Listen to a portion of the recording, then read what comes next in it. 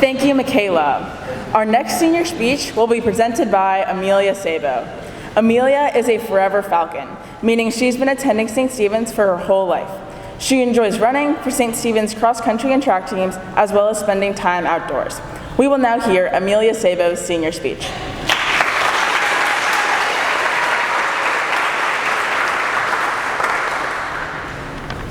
All right.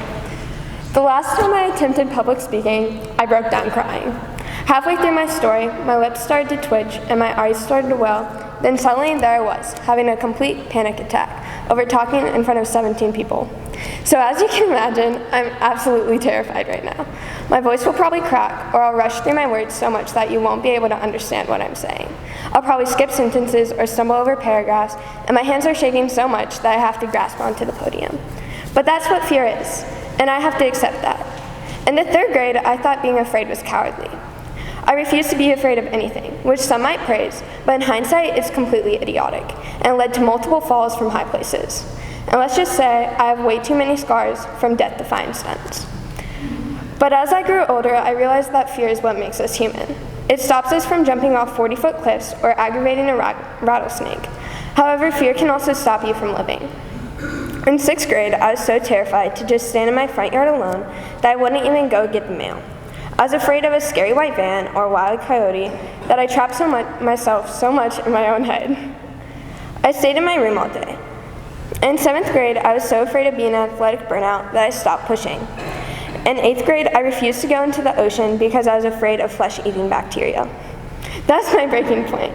I realized that I was letting fear control me. I mean, I wouldn't go into the ocean? Over what? Something I read in an article that wasn't even about our region? I knew I couldn't go back to being a reckless 3rd grader, but I also couldn't just waste my life away by playing it safe. So I got on my brother's old skateboard. I went up and down my street for an hour, getting further and further away from my house each time. I realized that if I kept twiddling my thumbs, I'd never be good at running, so I practiced and pushed myself harder. And I swam.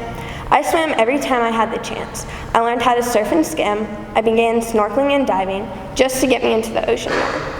I slowly started to break down my fears and sort what was rational and irrational. And now some of those hobbies I started to get over my fears are my favorite things to do. I guess what I'm trying to say is that fear is good. It is there to keep you safe, but also to push you.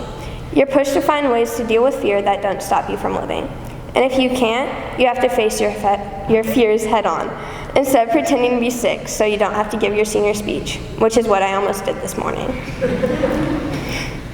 I want to thank those who have helped me face my fears. Mom and Dad, you guys constantly push me out of my comfort zone and challenge me to be a better person while also supporting me in everything I do. Lucy, you're like a little sister to me, and I'll have a blow-up mattress ready for you in my dorm. Peyton, literally my day one. I've grown up next to you, and I'm so proud of the person you become. Dagny, Riley, Maggie, and Betsy. You guys have always brightened my day, and have always stood right next to me whenever I had to face something I didn't want to. Thank you.